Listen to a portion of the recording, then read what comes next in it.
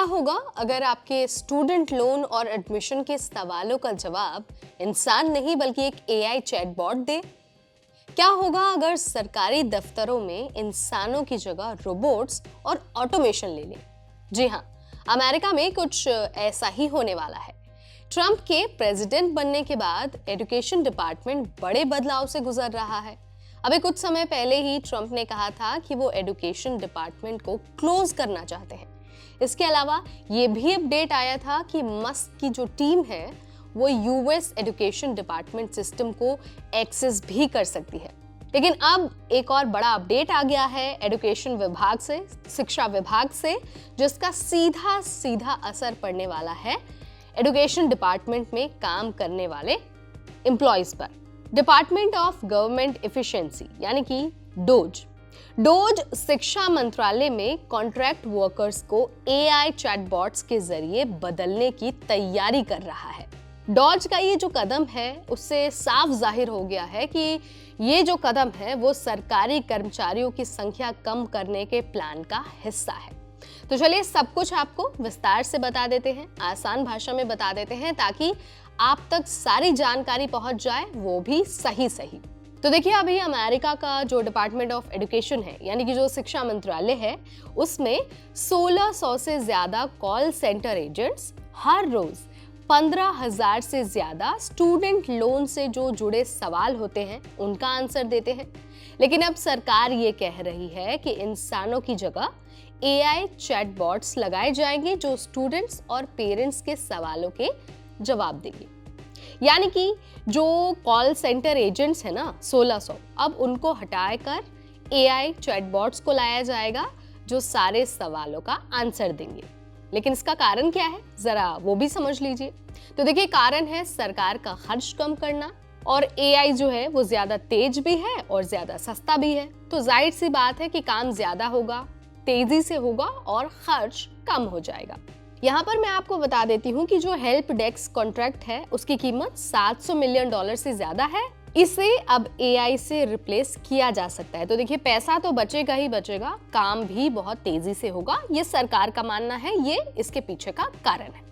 अब ये समझ लीजिए कि इस पूरे प्लान के पीछे आखिर है कौन। तो देखिए, साफ है, दो बड़े लोग हैं, इलॉन मस्क और डोनाल्ड ट्रंप। ट्रंप का प्लान है सरकारी कर्मचारियों की संख्या कम करना और ऑटोमेशन को बढ़ाना। वही मस्क का प्लान है एआई को सरकारी सिस्टम में लाकर टेक्नोलॉजी से काम करवाना। यानी कि दोनों के प्लान्स और दोनों के मकसद जो है ना वो सिमिलर ही हैं, खर्च कम करना, काम को बढ़ाना और काम को तेज करना।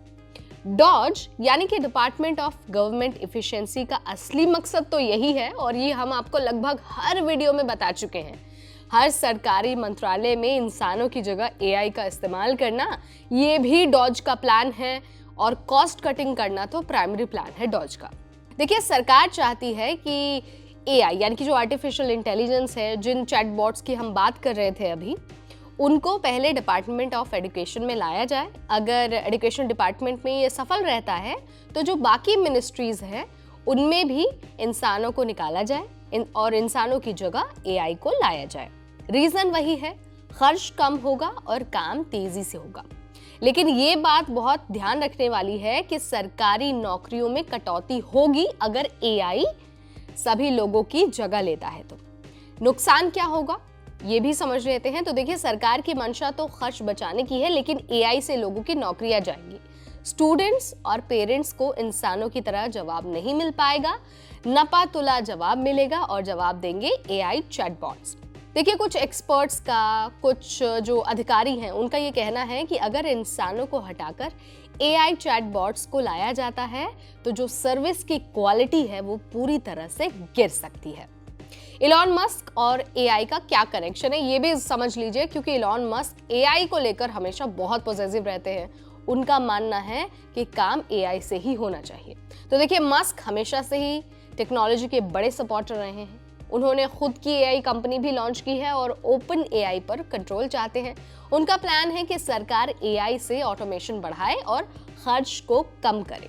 तो अगर हम कंक्लूजन की बात करते हैं तो देखिए, अगर एजुकेशन डिपार्टमेंट में इस तरह की चीज होती है 1600 लोग जो वहाँ पर काम करते हैं, अगर उन्हें हटाकर एआई को लाया जाता है तो सर्विस में जो सर्विस की क्वालिटी है वो तो कम होगी ही, साथ ही जो लोग हैं उनकी नौकरियां भी जाएंगी।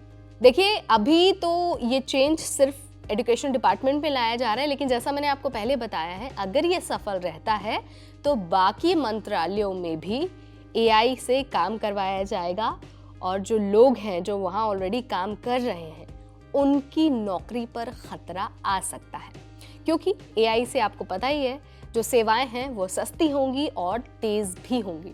लेकिन सवाल यही है कि क्या ये जो एआई है वो इंसानों जितनी असरदार होंगी? क्या वो लोगों को अपने जवाबों से सेटिस्फाई कर पाएंगे? क्या लोग एआई से कनेक्ट कर पाएंगे, उस पर रिलाय कर पाएंगे? जो भी है, आप हमें कमेंट के जरिए जरूर बताइए। और हाँ, जो मैंने अभी सवाल आपसे ये 3 पूछे हैं सवाल, उनके आंसर भी आप मुझे कमेंट के जरिए बता सकते हैं। फिलहाल इस वीडियो में इतना ही। अगली बार फिर आएंगे नया अपडेट लेकर, और स्टडी अब्रॉड और विदेश में जाकर नौकरी से रिलेटेड हर छोटा बड़ा अपडेट हम आपको पहुंचाते रहेंगे, सिर्फ और सिर्फ NBT टेक एड पर।